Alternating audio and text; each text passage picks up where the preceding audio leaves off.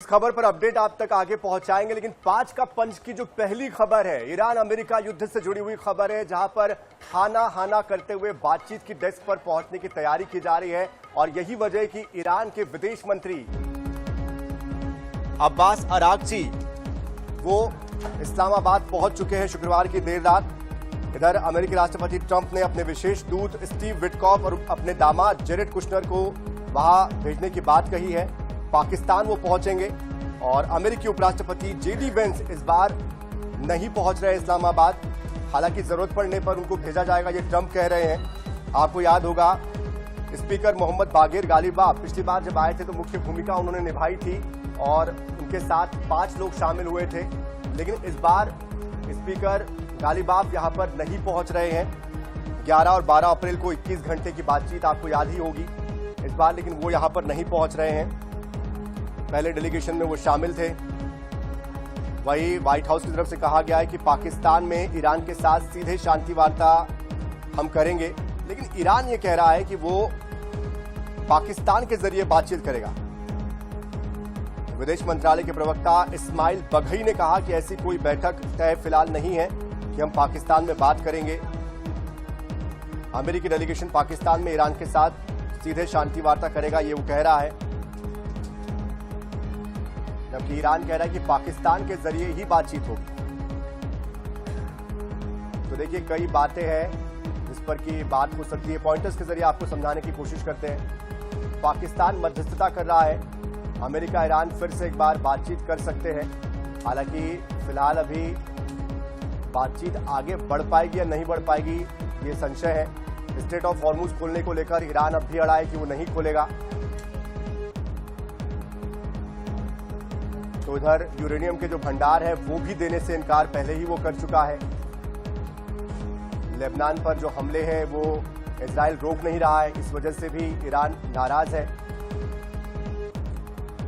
तो तल्खी दोनों देशों के बीच पहले से और बढ़ गई है, लेकिन दबाव भी उतना ही है दोनों पर कि आखिरकार इस युद्ध पर विराम कैसे लगे। दोनों भी अपने कदम पीछे हटाने के लिए तैयार नहीं है, लेकिन दोनों भी ये जाहिर करने में पीछे नहीं है कि वो उनसे कम नहीं है। चाहे वो शक्ति प्रदर्शन कह लीजिए या फिर वर्ल्ड वाइड अपनी जो एक इमेज बनी हुई है अमेरिका या ईरान की जो अब तक बन गई है उसको लेकर समझौते की बात हो, ये समझौता नहीं करना चाहते हैं। तो देखिए ईरान भी कुछ दिन पहले आपको याद होगा एक परेड उसने की थी हथियारों के साथ, मिसाइलों के साथ, और ईरान की तरफ से भी बार बार ये कहा जा रहा है कि हम युद्ध जीतने में सक्षम हैं और अभी भी अगर नौबत पड़ी तो हम लड़ाई के लिए तैयार है।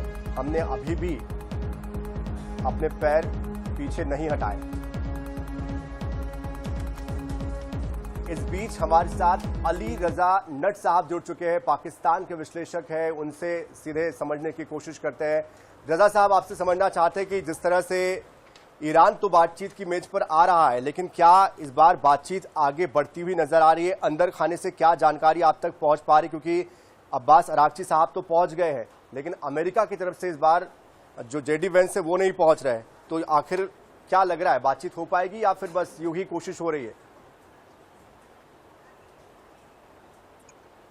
जी, first of all thank you for your time. मैं इस हवाले से ये थोड़ी वजाहत के साथ बता दूं कि असल मामला जब भी पूरी दुनिया में कोई इस तरह का मामला पेश आता है कि जिससे अमने आमा को यानी अमने आलम को, वर्ल्ड पीस को कोई खतरा हो, तो उसके लिए जो संजीदा लोग होते हैं और संजीदा जो मुल्क होते हैं वो अपनी कोशिश करते हैं कि ये जो झगड़ा चल रहा है, ये जो जंग का माहौल चल रहा है और जो वर्ल्ड कम्युनिटी के लिए, जो आलमी बरादरी के लिए मसाइल बन रहे हैं, इनको कंट्रोल किया जाए और इनमें जहां तक हो सकता है मीडिएशन करवा के दोनों फ्रीकैन को टेबल पे लाया जाए। तो ये इस दफा का जो क्रेडिट है वो यकीनन पाकिस्तान के हिस्से में आया है कि पहले मुज़ाकरात का एक दौर हुआ। मुज़ाकरात बहुत सी जगहों से ये आवाज़ें उठी, ख़ुसूसन इंडिया से और इजराइल से, कि ये जो है आगे नहीं बढ़ पाएंगे और अगला दौर नहीं होगा, ये सारी चीज़ें यहाँ पे ख़त्म हो गई हैं। लेकिन ये बात खुशाइंद है कि पाकिस्तान की जो संजीदा और मुखलिसाना कोशिशें थी वर्ल्ड पीस के लिए वो कारीगर साबित हुई हैं और मुज़ाकरात का दूसरा दौर जो है वो आपके सामने है। ईरान के वज़ीर ख़ारजा यहाँ पे पहुँच चुके हैं जो दूसरा फरीक है अमेरिका, उसका वफ्द भी पाकिस्तान पहुंचेगा। और ये इन बेसिकली दोनों पावर्स का, दोनों पार्टीज का, दोनों फरीकैन का टेबल पे बैठना ही इस बात की निशानदेही करता है कि ये मामलात आगे बढ़ेंगे और इंशाल्लाह किसी ना किसी नतीजा खैर मुस्बत नतीजे तक पहुंचा जाएगा। नट साहब, लेकिन इसलिए ये सवाल मैंने आपसे पूछा था क्योंकि पिछली बार स्पीकर जो है ईरान के मोहम्मद बागिर गालिबाफ, वो इस बार नहीं आ रहे हैं और इधर जेडी वेंस जो है वो भी नहीं आ रहे हैं। इधर दोनों ये कह रहे हैं कि वो अपनी अपनी शर्तों से पीछे नहीं हटेंगे। ऐसे में अंदर खाने से क्या लग रहा है कि कहीं पर समझौता हो पाएगा, क्योंकि स्ट्रेट ऑफ हॉर्मुज को लेकर अब भी जो स्थिति है वो डाउटफुल बनी हुई है। जी, जो बॉर्डर की सूरत हाल होती है या जो जंग चल रही होती है, जो वार फील्ड होता है, उसकी साइकी बिल्कुल मुख्तलिफ होती है। जो डिप्लोमेसी और बैकग्राउंड पे चीजें चल रही होती हैं वो हमेशा वो नहीं हुआ करती जो सामने नजर आ रही होती हैं।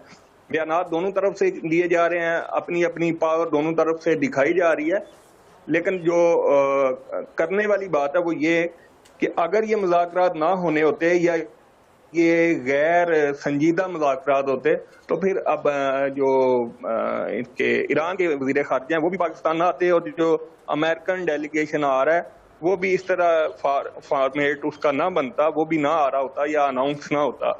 पिछली दफा जो उनके जेडी वेंस साहब आए हैं या उनके स्पीकर साहब आए थे तो वो ये दोनों फ्रीकैन ने अपनी अपनी मैंडेट और अपनी अपनी यानी आप कह लें एजेंडे के मुताबिक अपना वफ्द तरतीब देना होता है। उस पे मैं या आप असरअंदाज नहीं होते या कोई दूसरा असरअंदाज नहीं हो पा रहा होता।